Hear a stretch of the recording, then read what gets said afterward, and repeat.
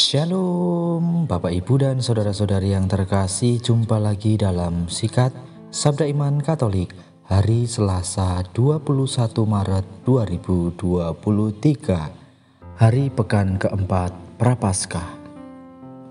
Bacaan dari Injil Yohanes bab 5 ayat 1 sampai 3a, dilanjutkan ayat 5 sampai 16. Marilah kita siapkan hati dan pikiran kita untuk mendengarkan sabda Tuhan. Semoga Tuhan beserta kita, sekarang dan selama-lamanya. Inilah Injil suci menurut Yohanes. Dimuliakanlah Tuhan. Pada hari raya orang Yahudi, Yesus berangkat ke Yerusalem. Di Yerusalem dekat pintu gerbang domba ada sebuah kolam yang dalam bahasa Ibrani disebut Betesda. Serambinya ada 5. Dan di serambi-serambi itu berbaring sejumlah besar orang sakit. Ada di situ seorang yang sudah 38 tahun lamanya sakit. Ketika Yesus melihat orang itu berbaring di sana, dan karena ia tahu bahwa ia telah lama dalam keadaan itu, berkatalah ia kepadanya, "Maukah engkau sembuh?"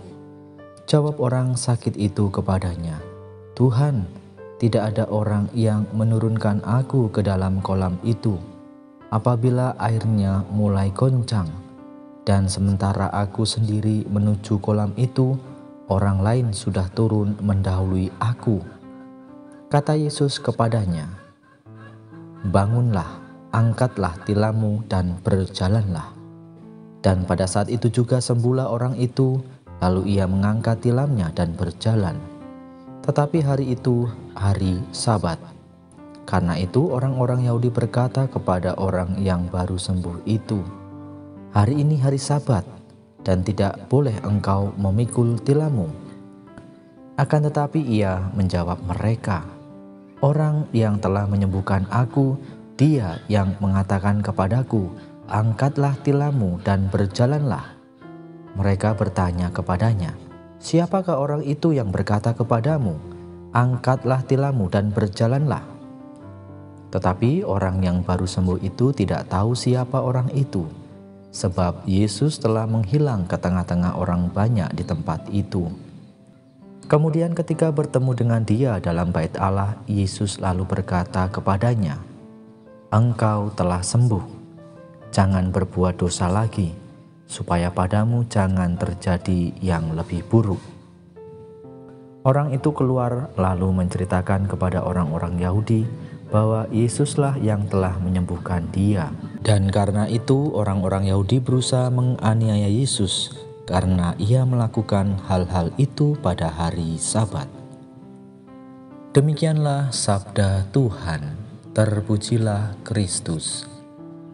Bapak, Ibu, dan saudara-saudari yang terkasih, renungan hari ini akan dibawakan oleh Bapak Trianto Thomas dari Paroki Santo Yohanes Pemandi, Canti, Malang. Selamat mendengarkan. Halo, salam jumpa pendengar Sikat Sabda Iman Katolik terkasih dimanapun berada. Hari ini Selasa tanggal 21 Maret tahun 2023, baru saja kita mendengar sabda Tuhan hari ini. Mari melalui sabda Tuhan yang barusan kita dengar, kita diingatkan akan satu mujizat lagi yang dibuat oleh Yesus ketika ia menyembuhkan orang lumpuh.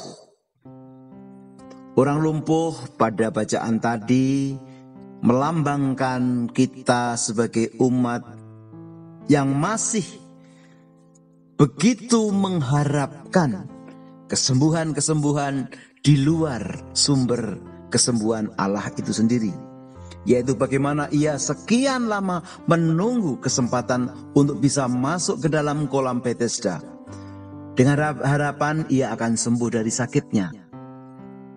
Namun ternyata orang itu atau kita sebagai perwakilan dari tokoh itu tentunya sudah membuang waktu kesempatan. Karena ingat bahwa sumber keselamatan, kesembuhan, dan mukjizat hanya ada pada Yesus Kristus sendiri. Bapak, Ibu, saudara, saudari terkasih,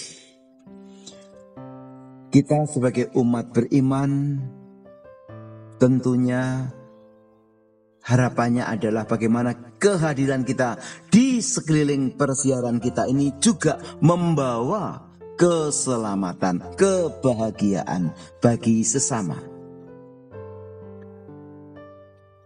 Kita harus semakin menegaskan pada diri kita bahwa kehadiran kita itu tentunya sesuai dengan teladan Yesus Kristus, bagaimana kita bisa menjadi sumber kebahagiaan.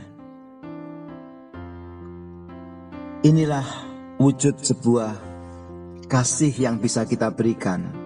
Terlebih ketika kita belajar dari sumber kasih itu sendiri, bahwa Yesus menyembuhkan orang tanpa berpikir terlalu panjang. Hanya satu kalimat, maukah engkau sembuh? Dan ketika itu dijawab, mau, Yesus tanpa syarat pun mengabulkan kesembuhan. Oleh karena itu, para pendengar Sikat Sabda Iman Katolik tercinta, inilah sebuah bentuk kasih tak bersyarat.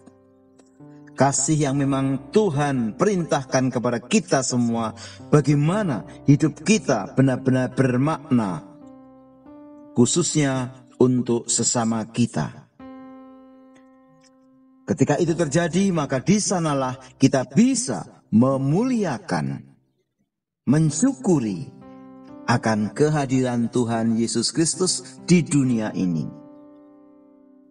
Maka sekali lagi, saudara-saudari terkasih, mari kita berjuang bagaimana kita benar-benar selalu menjadikan Allah Bapa, Tuhan kita Yesus Kristus sebagai sumber keselamatan. Karena melalui Allah itu sendirilah kita bisa mengandalkan seluruh permasalahan-permasalahan persiaran kita kepadanya. Dan Ia adalah penolong sejati. Semoga dengan bacaan Injil hari ini kita semakin meyakini bahwa kehadiran Bapa dalam hidup kita itu menjadi sebuah inspirasi. Di sanalah kebaikan-kebaikan bisa kita temukan dan dapatkan. Sekian, terima kasih, berkah dalam.